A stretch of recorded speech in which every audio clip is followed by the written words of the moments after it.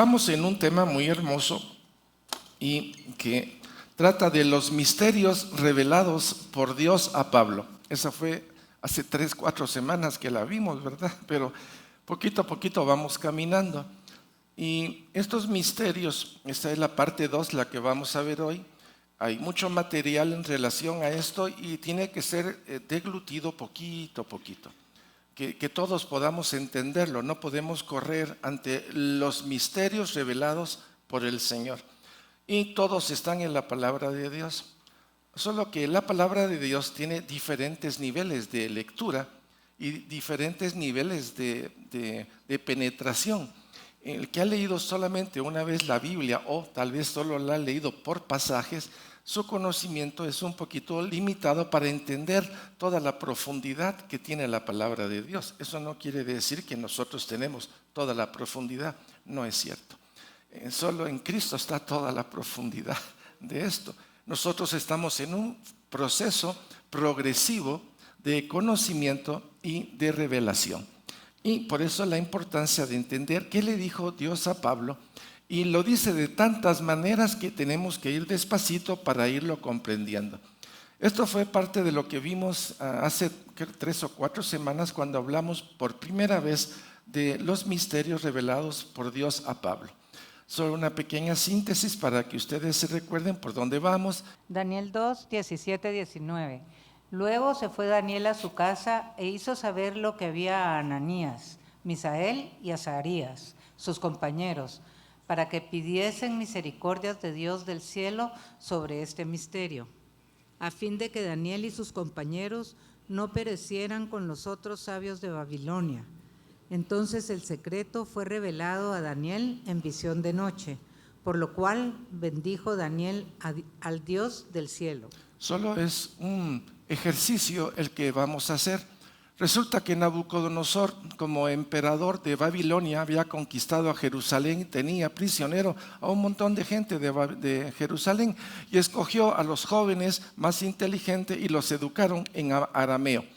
Y pues Daniel dijo, me quiero conservar en la línea de Dios, y una expresión es, no comeré lo que comen los babilonios, como diciendo, me sostengo en la línea de Dios. Qué tremendo. En un mundo de oscuridad, Daniel y sus amigos, me sostengo ante las tinieblas que hay en Babilonia.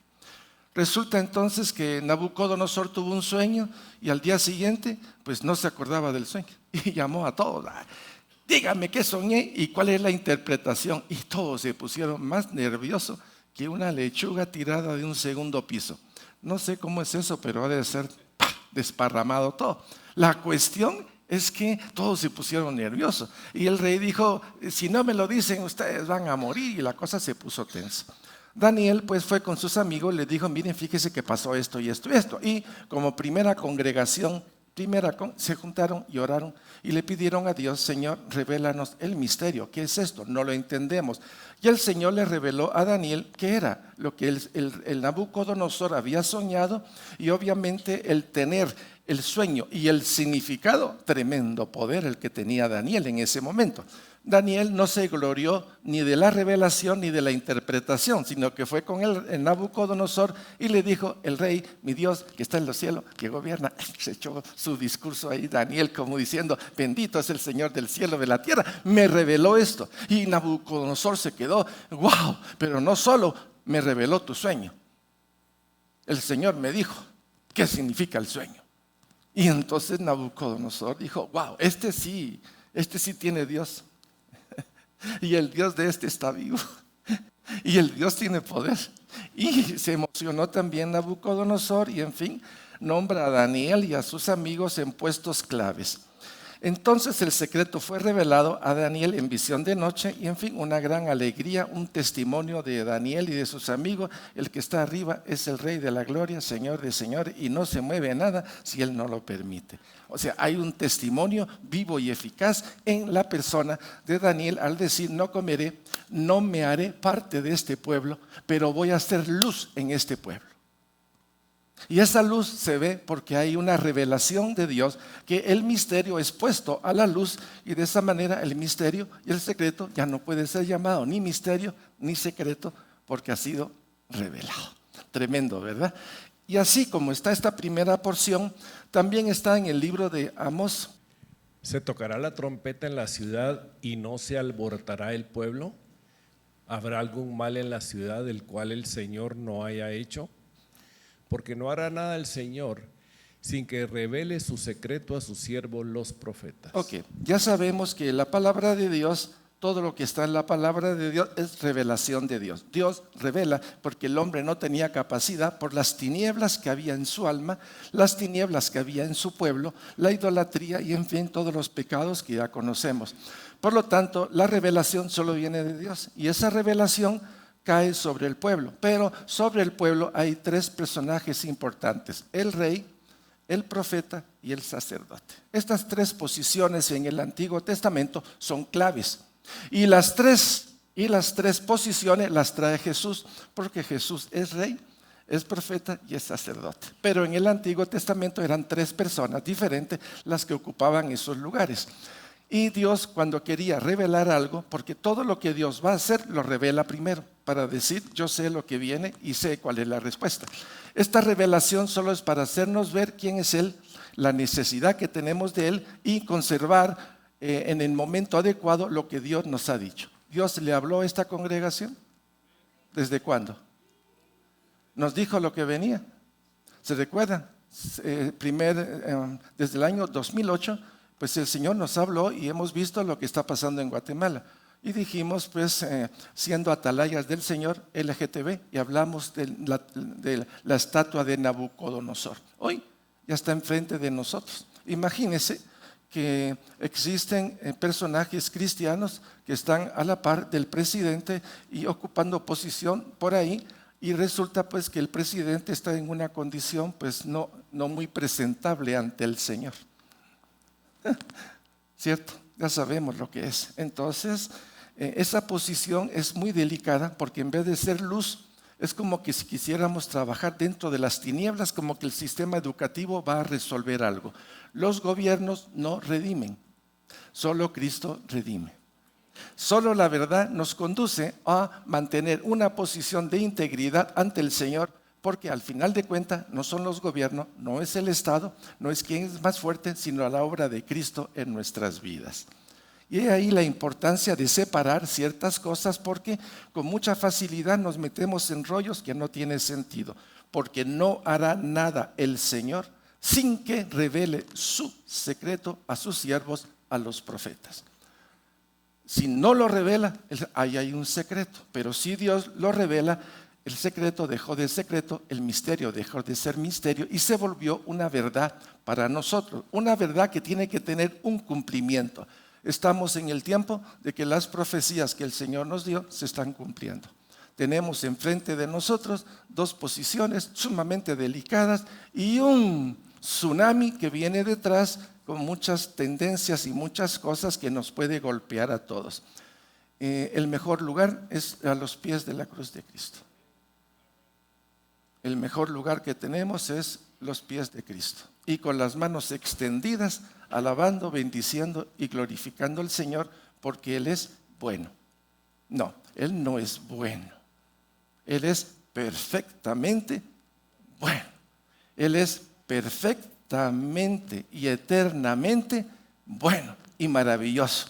Y nadie como Él. Amén. Así es que al tener todo este lineamiento, pues ya nos vamos conduciendo. Todo lo que el Señor quiere o de alguna manera va a hacer, primero lo revela a sus profetas.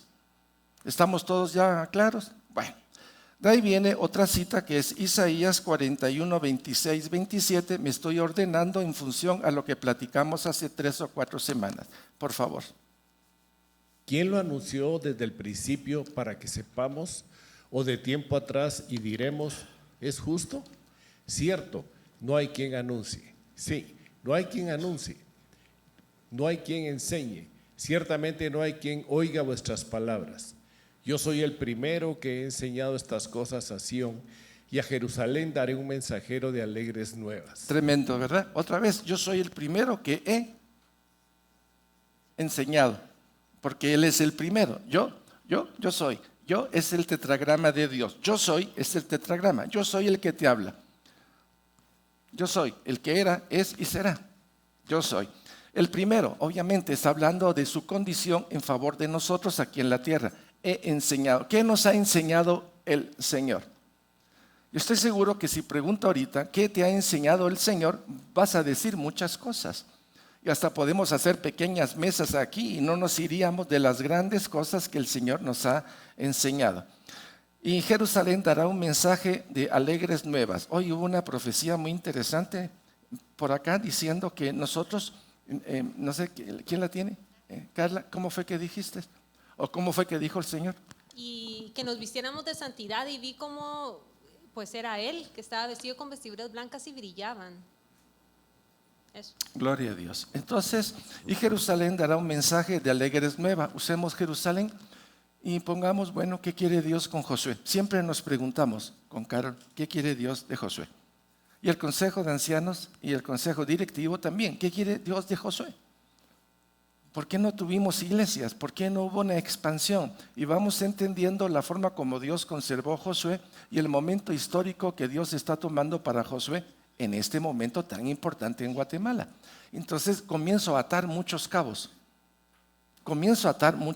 Pero aquí el punto no es Josué ni somos nosotros, sino los misterios. Y aquí, el libro de Daniel es un libro apocalíptico, es, diría yo, el bestseller del Antiguo Testamento en asuntos apocalípticos. Ahí está descrito los finales de los tiempos. No tiene los nombres ni las situaciones en su debida dimensión, pero tiene un esbozo, tiene una sombra, tiene una proyección impresionante. Y uno se queda, wow, de veras. Entonces, lo que no entendió Daniel, lo que no se entendió o no entendieron en el Antiguo Testamento de alguna manera, o no se entendió en la iglesia primitiva, o no se entendió y por algún lado no se entendió, porque quiero decirle que todos somos ignorantes en un área o en muchas áreas. Carecemos de información. Y es ahí la importancia de la revelación de la palabra, cómo nos traslada toda esa. Y en Daniel podemos ver el resumen de Daniel, lo podemos ver en muchas sombras y penumbras, pero una es la estatua de Nabucodonosor. En esta estatua es de arriba hacia abajo y podemos ver que la cabeza es de oro. ¿Qué significa oro? Sabiduría, poder, dominio. Y luego está los medos persas, y los medos y los persas, y representa plata. Quiere decir dos fuerzas sumamente poderosas que van a intervenir en el tiempo de la humanidad. Babilonia tuvo su tiempo, vino su tiempo de los medos persas, y luego entró el tiempo de los griegos. A ver, ¿quién se recuerda quién era ese gran guerrero que conquistó todo lo que es la parte del Mediterráneo y se fue casi hasta Asia? Alejandro Magno. Y entonces pues conquistó, hizo una batalla tremenda.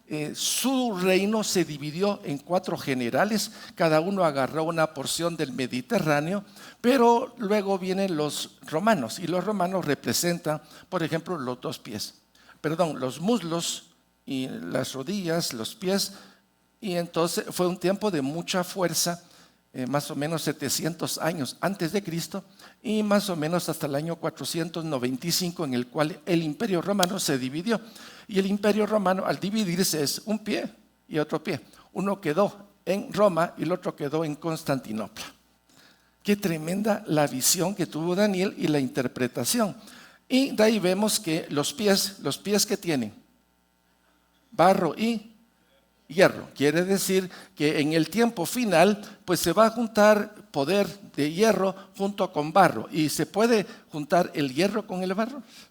No. Esta amalgama que no funciona como debería de ser es lo que estamos viviendo hoy.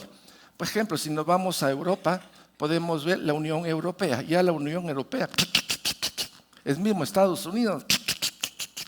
¿Sí? Está apareciendo lo que se llama el BRICS, la fuerza de oposición, como es Brasil, Rusia, China, Sudáfrica y no estoy seguro si India, perdón. Y ahí está levantando una moneda para hacer guerra al dólar y de esa manera provocar, Dios mío, esto es un caos por todos lados, porque el nuevo orden mundial quiere control de 3 áreas. 3 áreas: el área espiritual, el área de la moneda y gobierno. Esas son las 3 principales cabezas. Y en el área espiritual quieren tener dominio a través de lo que se llama la casa abrámica, la mesa en común, o como se puede llamar el pluralismo o sincretismo. Eso es lo que estamos viviendo ayer, hoy. Entonces quiere decir que el cumplimiento de esa estatua, usted está en el tiempo de Babilonia, en el tiempo de los medos persas, está en el tiempo de los griegos. ¿Hay algún Aristóteles o Demóstenes o Cicerón por acá? Y ahí en el tiempo romano, ¿hay algún César por aquí? Bueno, sí hay uno por allá. No, aparte de César, no era con vos. Pero sí estamos hablando de esos Césares que decían, yo soy el Señor, doblen sus rodillas. Y el pueblo cristiano dijo, no, el único Adonai, el único Kyrios que hay es el Señor Jesucristo. Y por decir eso, obviamente hubieron muchos muertos en la iglesia primitiva. Pero en fin, estamos viendo que si el lodo y el hierro se están juntando y estamos viendo lo que está pasando a nivel mundial, uno diría, bueno, pues se lo voy a poner, yo sé que ustedes lo saben. Es un animal, tiene 4 patas, tiene bigotes, tiene cola y miau. O sea, es muy difícil equivocarse en lo que está ocurriendo a nivel del mundo. Solo tenemos que unir las piezas y nos damos cuenta de qué es lo que está viniendo. Entonces, esta estatua obviamente nos dice el tiempo en el cual estamos. Ahora, esta estatua agarra forma en Apocalipsis capítulo 13, del 1 al 3, del 1 y 2, en donde dice que se está levantando la estatua, quiere decir, está agarrando nueva forma. Y eso quiere decir que la fuerza y el poder de estos imperios se van a juntar. Van a hacer esa fusión. Y aquí es donde va a trabajar el anticristo, con todas sus fuerzas, a batir todo lo que diga que Jesucristo es el Señor. Y no les importa, porque si dicen Dios se van a sentir bien, porque Dios no lastima a nadie. Pero la palabra Jesucristo, el nombre de Jesucristo, Rey de Reyes, Señor de Señores, levanta toda la oposición y toda esa oposición se llama anticristo. ¿Vamos bien? O sea, ustedes me dirán, ¿y por qué estás trayendo todo esto? Porque esta profecía se está cumpliendo. ¿Estaba oculta? Sí, mas ha sido revelada no por nosotros, sino porque ya se ha cumplido en la historia. La historia humana o la historia universal narra Babilonia, narra los medos persa, narra así horizontalmente la historia romana y está narrando el tiempo de nosotros en el cual estamos hablando de hierro y barro. ¿Cierto? Entonces tenemos delante de nosotros un gran gigante en donde se van a juntar todas las fuerzas espirituales humanas que no quieren con Dios. Y se van a juntar todas las fuerzas espirituales que no quieren con Dios. Quiere decir, en la batalla de Armagedón se va a juntar todos, los hombres que no quieren y los espíritus que han rechazado a Dios desde siempre. Y se van a despertar fuerzas espirituales. Yo siempre he dicho, qué bueno que se junten todos, porque cuando se juntan todos de un solo soplido se van todos. Y esa es la batalla de Armagedón. Por más que digan por aquí y por allá, el reino de Jesucristo va a prevalecer. Y entonces en esta figura que está aquí, que ustedes están viendo, hay algo que pasa desapercibido. A ver, dígame, ¿qué pasa desapercibido pero es grandote y cae como algo que tiene amarillo y que de repente aparece ahí? ¿Qué es? Va que es demasiado evidente. A ver, ¿quién es esa roca? Cristo. ¿Y qué va a hacer Cristo con esa estatua toda poderosa que se siente que manda el mundo y todo? ¿Qué va a hacer? ¿Qué va a hacer?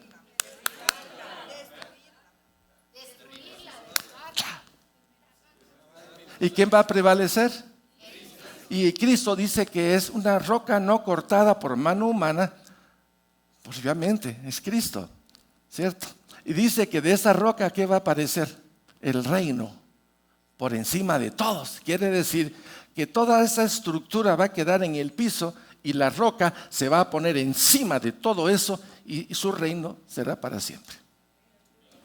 Ustedes dirán, wow, vos, fíjate qué bonito lo presentaste el día de hoy. Ni modo, con el chivo que le estoy dando de la pedrada que viene ahí, es amarilla y la estatua se va a venir abajo. Cualquiera diría, ya me revelaste todo. Sí, pero eso solo es una parte. Es una revelación que nos habla de la historia humana y del tiempo que estamos viviendo. Amén.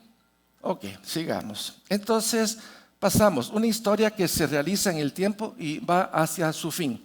La estatua se paró, vino de arriba para abajo, históricamente fue así, y la estatua se está levantando para ser destruida completamente. Eso es lo que la palabra de Dios dice, y la forma como el Apocalipsis también nos dice, así va a ser. Pueblo de Dios, ¿estamos? Ok. Bien, entonces Dios puede revelarse durante el sueño en visiones o por intermediario los ángeles. Sigo con las visiones y la revelación porque hoy todavía hay visiones y hay revelaciones que están siempre pegadas a la palabra de Dios.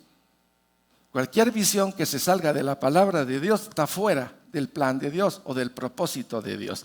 Vamos a ir entonces a Daniel 8, del 15 al 19, y vamos a ver detalles porque en esto que va a revelar o nos va a decir la palabra, nos está hablando a nosotros el tiempo que estamos viviendo. Por favor. Y aconteció que mientras yo, Daniel, consideraba la visión y procuraba comprenderla, he aquí se puso delante de mí uno con apariencia de hombre. Y oí una voz de hombre entre las riberas del Ulai que gritó y dijo: Gabriel, enseña a este la visión. Vino luego cerca donde yo estaba y con su venida me asombré y me postré sobre mi rostro. Pero él me dijo: entiende, hijo de hombre, porque la visión es para el tiempo del fin. Mientras él hablaba conmigo, caí dormido en tierra sobre mi rostro, y él me tocó y me hizo estar en pie y dijo: he aquí, yo te enseñaré lo que ha de venir al fin de la ira, porque eso es para el tiempo del fin. Cuando Daniel tuvo sus visiones, no entendió. Tuvo que venir alguien que le revelara la visión. Y de esa manera, aún teniendo la visión y la revelación, Daniel se quedó turbado. ¿Y esto cuándo será? Y el ser que le habla, que es Gabriel, he aquí yo te enseñaré lo que ha de venir al fin de la ira. Y uno dice, momentito, ¿por qué la ira? Desde el momento en que Adán y Eva cayó y fue separado de Dios, el hombre tiene sobre él la muerte espiritual. Y tiene sobre él la ira de Dios porque hizo lo que no debía y condenó a todos los seres humanos a la perdición eterna. Pero en el propósito de Dios, Dios envió a su Hijo. Propósito de Dios, envió a su Hijo para que todo aquel que crea en Él salga de la muerte y tenga vida eterna. Es el mensaje que damos. Pero todo lo que estamos hablando tiene que ver con la ira. ¿Cómo así la ira? Los que no están en Cristo Jesús, los que no han aceptado a Jesús como su Señor y Salvador y están vivos, en el momento les caerá la ira de Dios. ¿Sabían ustedes eso? Si no lo sabían, ya tiene una revelación. Entonces voy a decir sí para que no me caiga la ira. No es asunto de decir, voy a decir sí, o a última hora me confieso para que entonces el Señor me agarre confesado. No es así. Es un estilo de vida, es un estilo de fidelidad, es un estilo de confidencialidad, intimidad, relación, porque sin Él no podemos. Jesús lo dijo, sin mí tú no puedes hacer nada. Por lo tanto, si tú trabajas solo y haces todas las cosas solos, estás sin mí. La clave es Jesús. Entonces, en Jesús, la ira de Dios que nos iba a caer a nosotros, le cayó a Jesús en el momento en que Él murió en la cruz. En el momento en que Él llevó nuestros pecados, estamos hablando del huerto del Getsemaní, donde ya hablamos de la hematohidrosis, donde el Señor sudó, y hubo necesidad de darle un alimento porque Jesús dijo, yo puedo morir aquí, pero el propósito no es que yo muera aquí, sino que tengo que ir a la cruz. Toda esa revelación que se va entendiendo con el tiempo y en la lectura bíblica, uno llega a conclusiones. Entonces, la ira de Dios que le competía a tu vida, le ha caído a Jesús. Pueblo de Dios, ya debieron de haber gritado, ya debieron de haber hecho algo ustedes, no me frieguen, hombre. La ira que tú te merecías por ser hijo de Adán y por vivir lo que vivías tan confundido en la mediocridad de la excelencia, si se puede llamar a nivel del mundo, el Señor nos encontró. Yo no encontré al Señor, Él me encontró. Y me ayudó a que le dijera así, viendo las verdades del Evangelio. O sea, la gracia operante de Dios accionó mi vida para que la ira de Dios no caiga sobre mí. Bueno, eso es un buen aspecto. No va a caer la ira de Dios sobre mí, pero el principal objetivo es que Dios me quiera a mí en su presencia. Son dos cosas, ¿verdad? ¿Cuál de las dos quiere usted? ¿Cómo? Entonces quiere las dos. ¿Quieres helado de crema o de chocolate? Los dos, Cuco, así dicen los nietos. Dame los dos, porque los dos son deliciosos. Y es cierto, el Señor nos presenta esa opción y es válida. Yo quiero las dos. Y quiero disfrutar las dos. Y quiero proclamar a aquel que me dio las dos. Me libra de la ira y me lleva a su presencia por amor a su nombre. Porque por nosotros mismos somos un rollo increíble. Porque no hemos entendido que la maldad y la iniquidad ha operado en nosotros y sigue operando en oposición a Dios. Quiere decir, la vieja naturaleza que nosotros tenemos opera en nosotros contra Dios. Pueblo de Dios. Usted lo sabe, ¿verdad? Eso lo hemos platicado. Y ahí está dentro viendo de qué manera teje para salir y hacernos tomar decisiones equivocadas, o posiciones equivocadas, o meternos en batallas equivocadas, un montón de cosas. La importancia de que esa vieja naturaleza échese y hágase tu voluntad en mi vida. Ese plan pues nos quita la ira de Dios y nos pone en la paz, en la concordia con Dios. Restaurados, perdonados para la gloria de Dios, en proceso de santificación o de glorificación. Estamos repitiendo mucho de todo lo que hemos enseñado. No solo es salvación. Entonces, al fin de la ira, porque eso es para el tiempo del fin. Quiere decir, en el tiempo del fin cae la ira de Dios. Uno dirá, es que las trompetas, es que la maldad, pues sí, todo eso subirá, pues sí subirá, pero cuando caiga la ira de Dios no hay quien la aguante. La quinta copa, y yo sé que ustedes me dirán, Ángel, ya te saliste un poquito del tema, pero las copas me gustan. Y la quinta copa dice que cuando el ángel derrama la copa sobre el trono de Satanás, se vuelven locos todos. Qué tremendo, ¿verdad? ¿Quién es el victorioso? Está Jesucristo en nuestras vidas. Él es el Rey y Señor, el que nos sostiene y nos da nuevo brío, el que nos levanta cada mañana con un nuevo anhelo y nuevo deseo, que sabiendo que nos acostamos medios así, el Señor nos levanta con gracia y misericordia. ¿Cierto? No quiere el pecado en nosotros, porque el pecado nos deteriora, nos destruye y le da chance al enemigo de destruir nuestra vida. Así es que, bueno, ya tenemos aquí a Daniel, sumamente interesante, ¿verdad?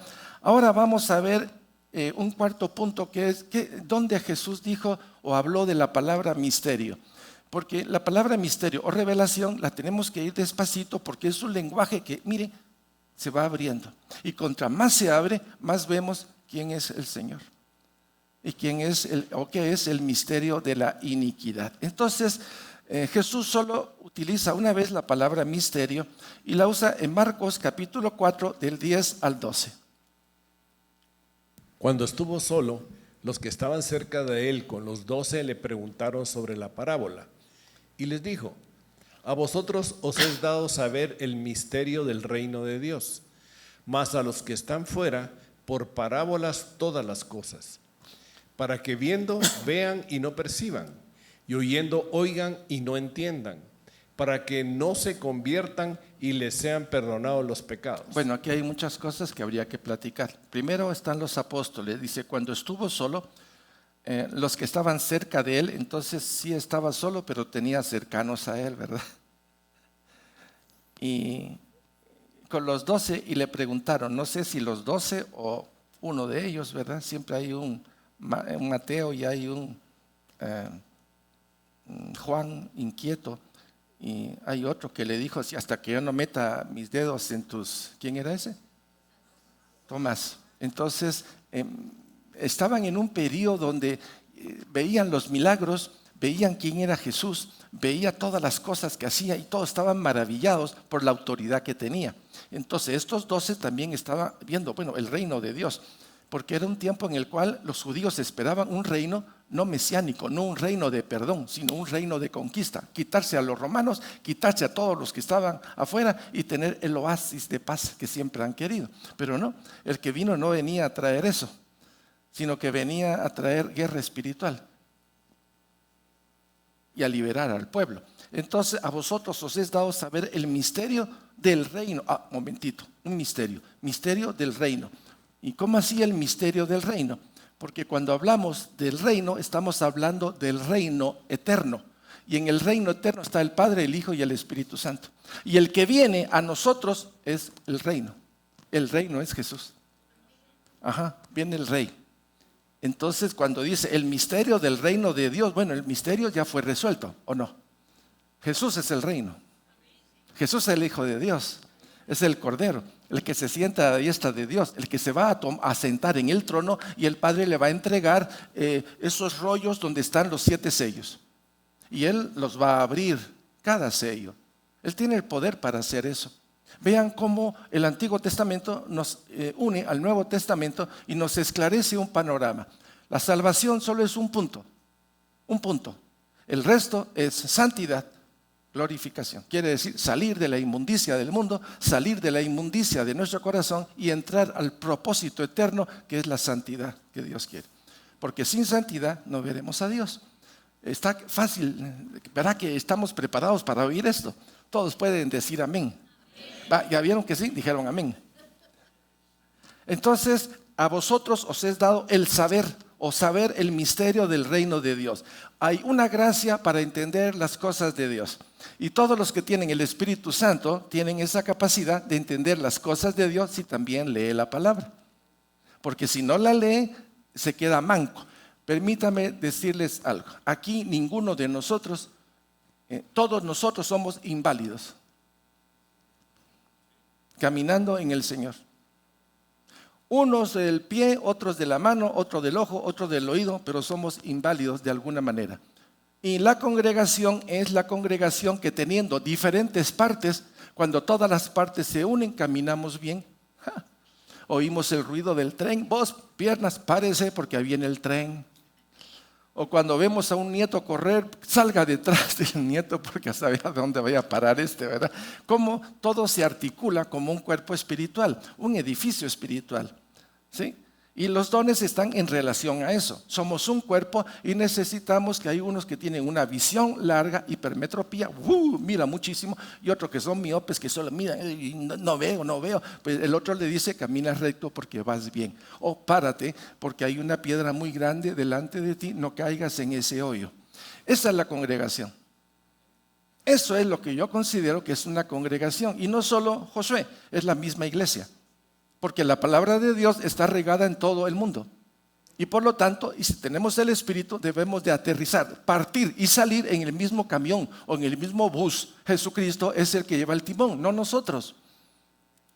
Son cositas que debemos de entender. Por eso en Guatemala hay demasiadas iglesias en el sentido muy elitistas, con muchas cosas, alfa y omega, y lo que necesitamos es tirarnos al piso, poner nuestras coronas a los pies de Él y reconocer que solo en Él nos quita la ira y nos da la pauta para seguir en santidad.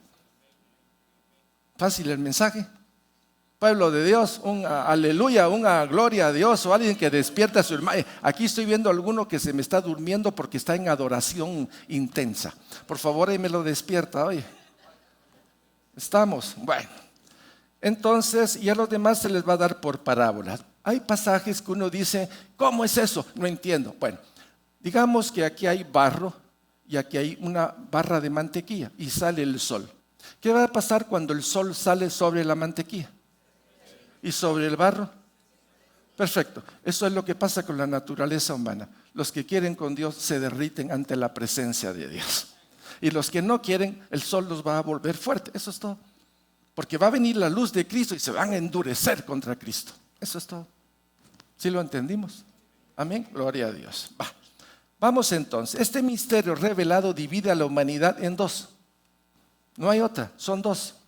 Los que creen y acogen a Jesús y los que no creen y lo rechazan, punto. La mantequilla y el barro. en el sentido del sol y lo que hace sobre la mantequilla y el barro. ¿Usted qué es? A poquito dijeron mantequilla. Entonces, los demás, ¿qué son?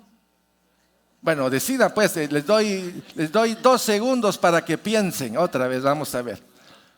¿Usted es mantequilla o es barro, como el barro, aquel que es barro donde se junta con el hierro? A ver, ¿quién está tomando apunte? Para que quede registrado, ¿verdad? Usted es mantequilla. Los que no creen y los que lo rechazan. Marcos 1:15 dice: diciendo, el tiempo se ha cumplido y el reino de Dios se ha acercado. ¿Quién se ha acercado?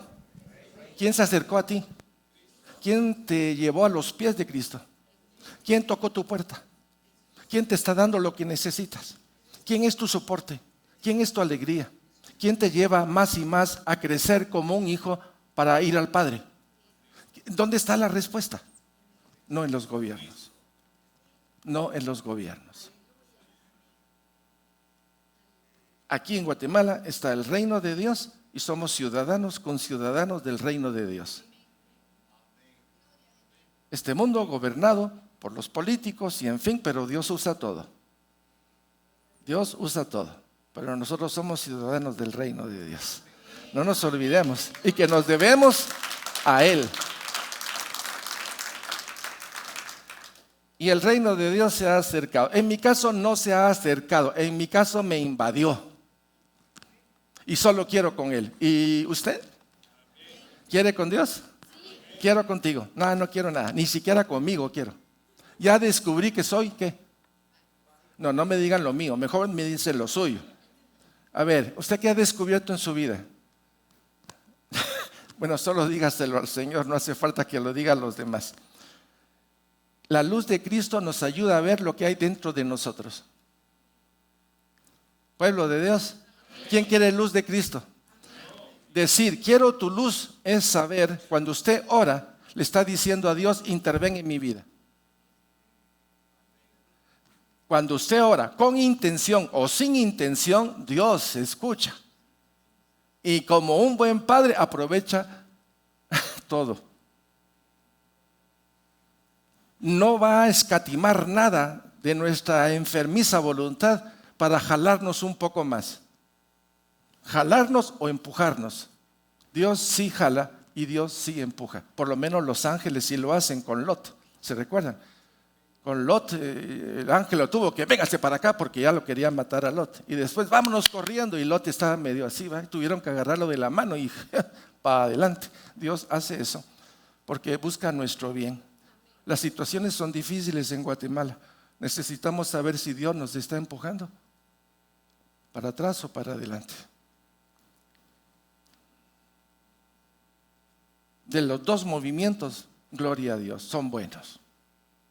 Son buenos. Y dice, arrepentíos y creed en el Evangelio. La palabra clave es arrepentíos. No es el Señor está, sí está, pero lo que el Señor está es que yo me arrepienta. La presencia de Dios siempre en mi vida me lleva al arrepentimiento. Pueblo de Dios, ¿cierto? Es que yo no siento a Dios, es que yo aquí, yo allá. Sí, hay momentos de sequedad que Dios permite la sequedad. Porque en la sequedad viene una especie de angustia, una especie de quiebre interior, una especie donde uno dice, ¿dónde está mi amado que no lo encuentro? Y si se va al libro de Cantares, usted va a descubrir que el culpable es la sulamita, no usted, ¿verdad? Es la sulamita, que cerró la puerta y el Señor quiso abrir y de repente ya el Señor se fue y ella salió a buscarlo. Y cuando salió a buscarlo, y espero que no nos pase a nosotros, resulta pues que la sulanita comenzó a ver por aquí, a ver por allá y a preguntarle, ¿dónde está mi amado? Y le preguntaba a los guardias de seguridad, no sabemos dónde está tu amado. Y de ahí se topó con un montón de doncellas, ¿han visto a mi amado? Ay Dios, ¿quién es esta que habla de su amado si todos son unos... No quise decir nada, solo silbé. Y todas, pero ¿quién es tu amado para que tú vengas a decirme eso? Es que mi amado, su cabeza, sus ojos, el lirio que trae, su cuello erguido, la forma como Él camina, la forma como Él habla, la forma como Él me abraza. Describió al amado de su alma. Estaba describiendo a su Rey, a Jesús. Y nosotros estamos en un tiempo en que vamos a tener que descubrir o dar a conocer quién es el amado de nuestra alma. Callarlo significaría tragedia para nosotros. Pero hablar de nuestro amado sería sumamente clave, porque es un tiempo de testificar quién es el Rey que nos salvó de la muerte. Nos ha dado vida, vida en abundancia y vida eterna, y nos tiene preparado un hogar del otro lado. No juguemos con las cosas de Dios. No podemos jugar con las cosas de Dios. Usted podrá ser mentalmente muy inteligente, pero la inteligencia no salva, salva el encuentro y salva oír y hacer la voluntad de Dios. Ahí está la sabiduría para nosotros. Bueno, Juan 1, 10, 12, porque todo esto es parte de la revelación que estaba oculta. No es asunto de ley, es asunto de fe. Esto es revelación, chicos. No tenemos que cumplir los 10 mandamientos porque nadie lo puede cumplir. El único que lo cumplió fue Jesús, y si por medio de Jesús nosotros estamos en Jesús, pues de alguna manera Jesús es nuestro punto de partida y nuestro punto final. No es la ley, es Él. Pero la clave de todo esto no son las obras, es la fe. Pueblo de Dios, es la fe. Dígale a su hermano, mi hermano, es la fe.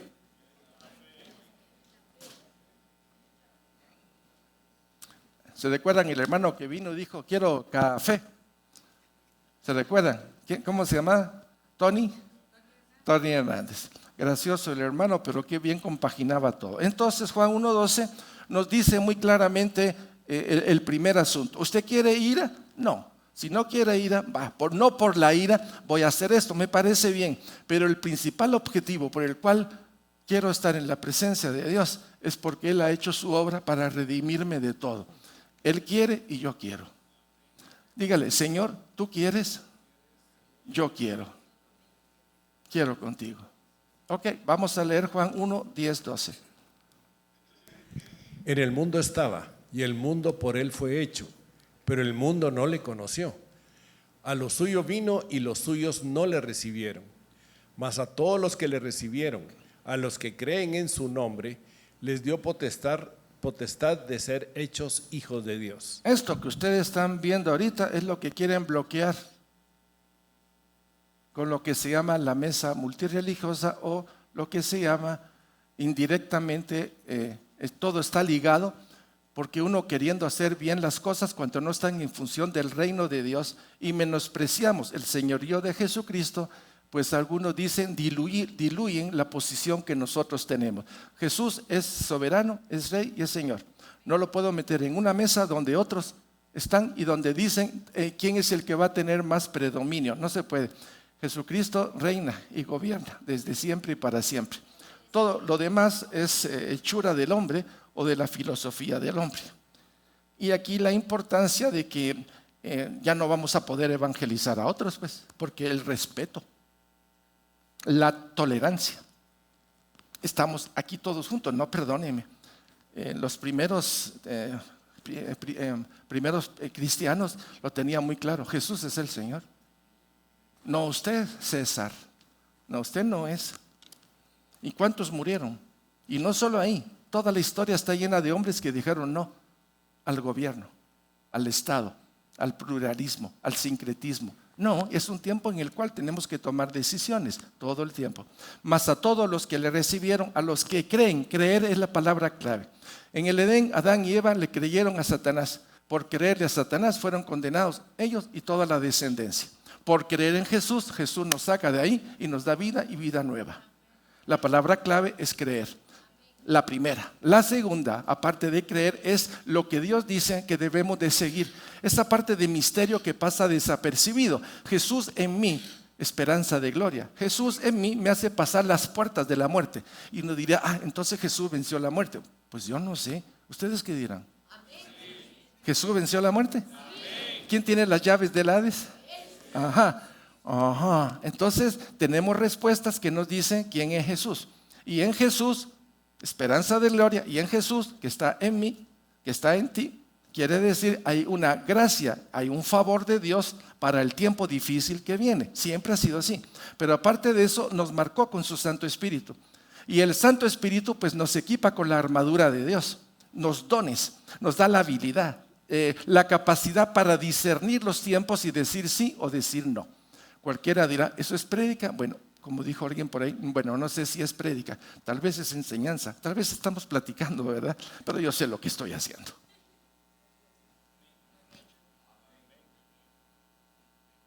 El mensaje es muy claro, mis hermanos. Solo hay uno y su nombre es Jesús. Y por medio de Jesús viene todo lo demás. Desplazar a Jesús es la peor tontería que podemos tener en nuestra vida. No consultar a Jesús es una tontería. No seguir el lineamiento de Jesús es una tontería. Vivir pensando que lo mío es más importante que Jesús, ese es tu camino. Yo quiero el camino.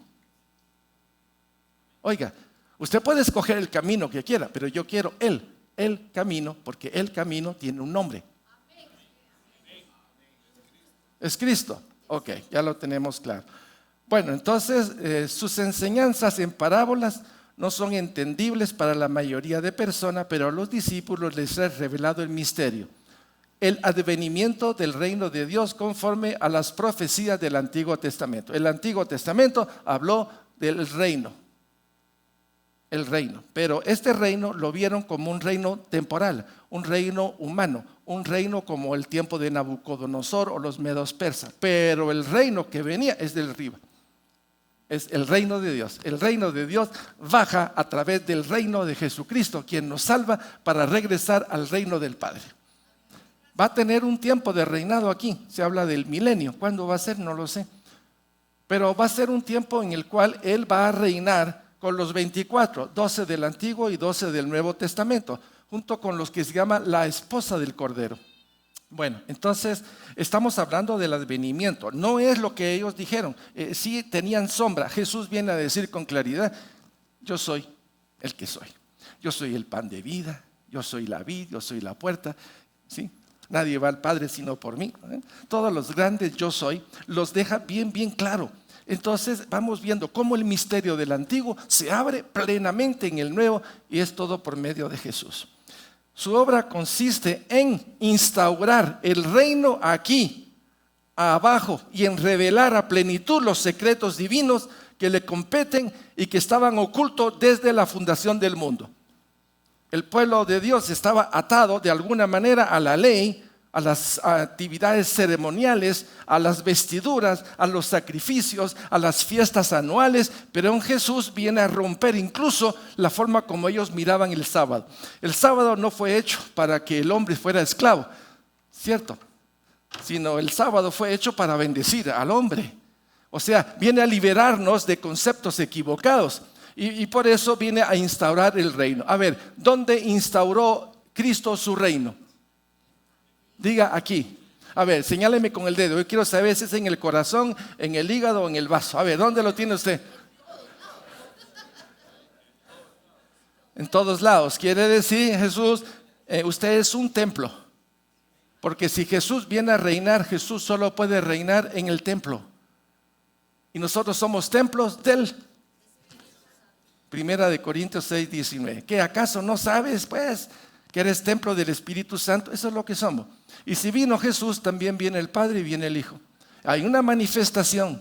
Por lo tanto, cuando usted quiera orar, no lo haga hacia afuera, como dice, hágalo en su interior. Cuando está en forma privada, hágalo en privado. Pero cuando está aquí, no lo haga en privado.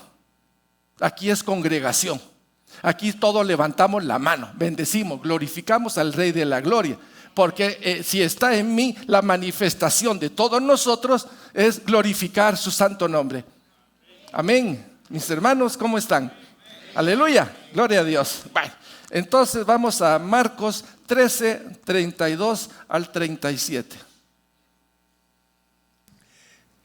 Pero de aquel día y de la hora nadie sabe, ni aun los ángeles que están en el cielo, ni el Hijo, sino el Padre. Mirad, velad y orad, porque no sabéis cuándo será el tiempo.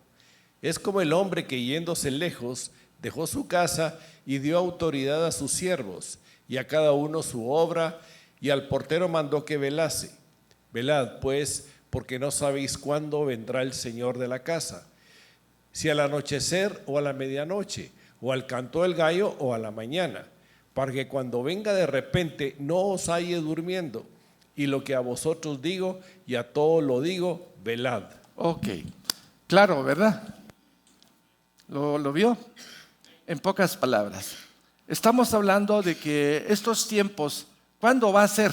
Nadie lo sabe. Cuando Jesús estaba aquí, Él dijo lo que sabía como hombre. Y dijo, no lo sé, lo sabe mi Padre. Ahora yo sé que Él lo sabe porque está con el Padre. ¿Cierto? Pero nos dijo, bueno, si de repente el sol comienza a perder y el clima se pone frío y la situación se pone así y el hombre deja de amar y el hombre está dando signos o síntomas de lo que podríamos decir cómo está el mundo. Para un médico los síntomas son claves. Los síntomas son claves. Y el mundo está gritando y la iglesia está expresando. Los gobiernos están sintetizando con un montón de cosas que uno dice, ¿qué le pasa? ¿Va? Cómo está trastornando el orden genético, embriológico, filosófico, incluso embrional, increíble. Están yendo en contra de la razón y la estupidez está manejando el mundo. Cualquiera diría, vos no tenés un mensaje de odio. Bueno, si el mensaje de odio está relacionado a la verdad, mis hermanos, ya sabemos de qué vamos a morir. No les gustó. Es que su silencio, vieran cómo me anima. Me provoca una inyección aquí que hasta me sube así como la adrenalina. ¿Cómo es la canción de aquel? La bilirrubina se sube para arriba y me sale la ictericia y entonces todo el mundo sabe que ando yo medio chifladín por ahí. No, sí estoy loco, pero estoy loco por un motivo y es producto del amor de Dios en mi vida, como lo es también en tu vida. Entonces estamos hablando, nadie sabe. Cualquiera que venga y viene, no sé qué, no, miren los síntomas. Y estamos avisando, esto no está bien. En la plataforma que se está creando, estas alianzas humanas y esta BRICS y el nuevo orden mundial ya se están haciendo así. ¿Quién quiere mandar? Miren, el que quiere mandar por un lado y por otro lado, sabiendo que Jesús es el que manda, qué engaño el que están trayendo esta gente al mundo. Por eso la claridad que nosotros debemos de tener. Dice, ni aun los ángeles que están en el cielo, sino mi Padre. Muy claro. Mirad. ¿Qué es mirad? A ver, si yo digo, ¿qué tengo aquí? Van a ver cómo. A ver, ¿qué tengo aquí?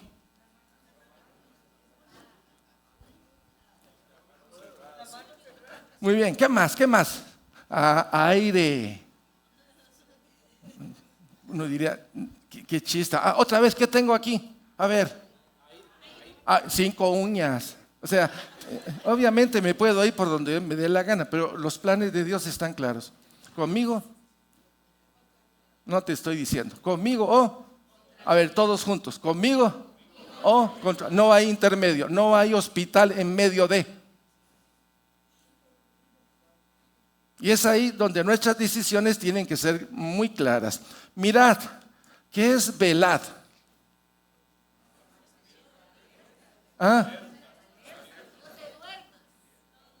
A ver, esposo mío, le dice la mujer, te voy a dejar aquí los 2 huevos en el sartén, por favor, vela que no se te vaya a quemar.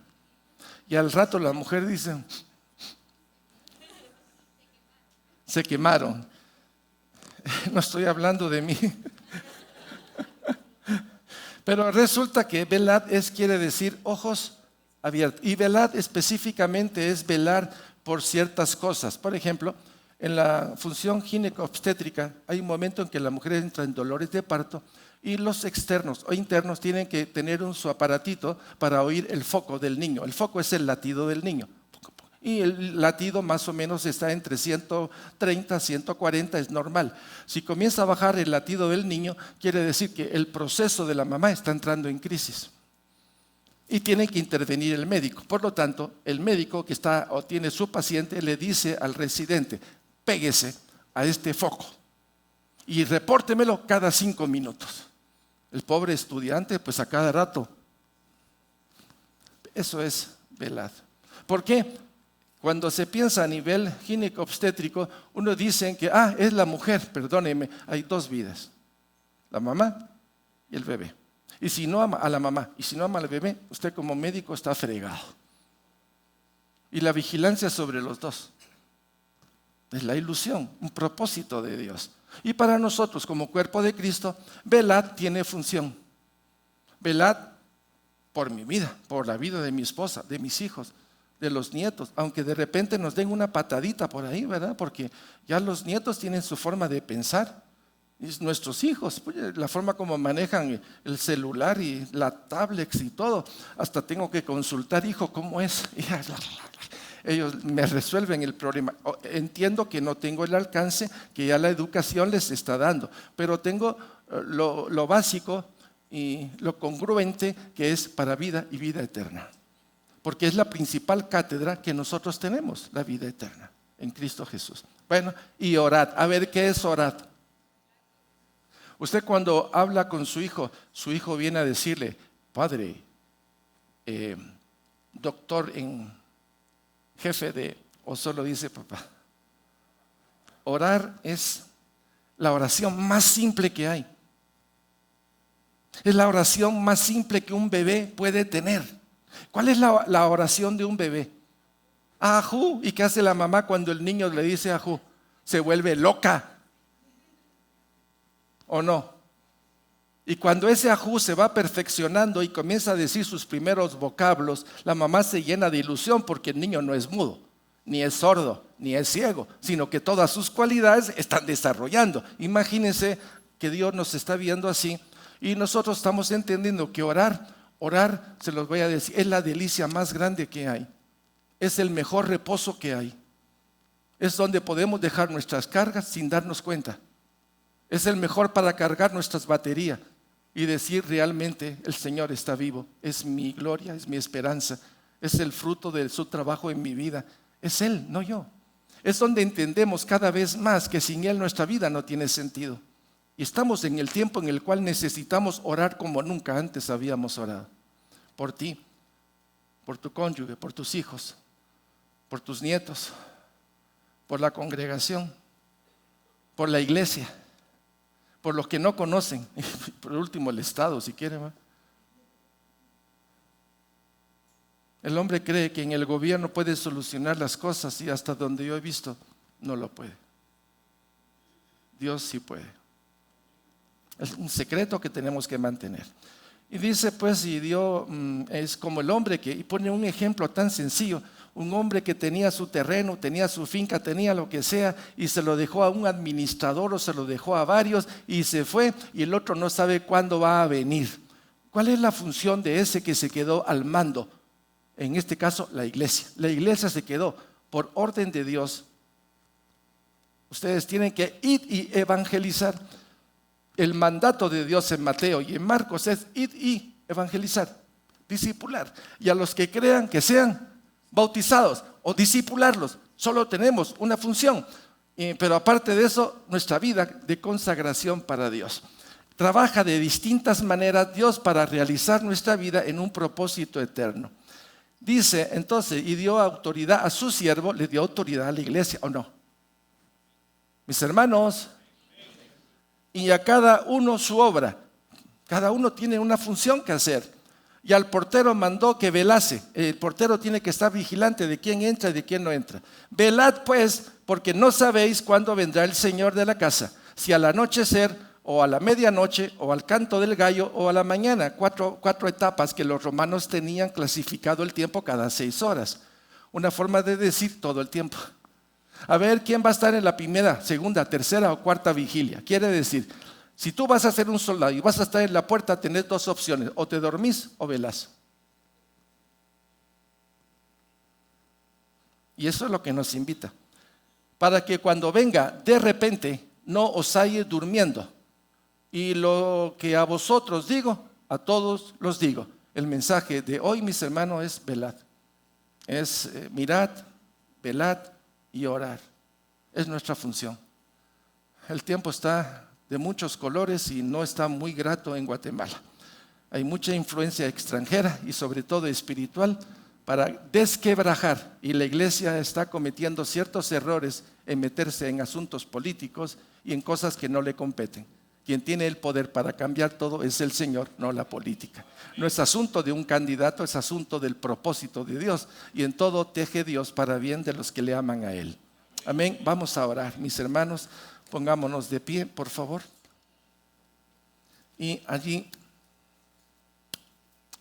hagamos una reflexión. Y yo sé que comenzamos con una oración de clamor por Guatemala, por la iglesia, por nosotros, por nuestros hijos. Ahora lo vamos a hacer muy sencillo. Digámosle: Jesús, aquí estoy. No oigo sus voces. Aquí estoy. Mi ignorancia es muy grande.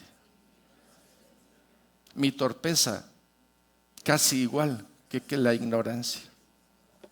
Pero yo sé que tú estás en mí. Y sé que soy templo. Un templo que de repente deja de cumplir sus funciones. Hoy te pido perdón.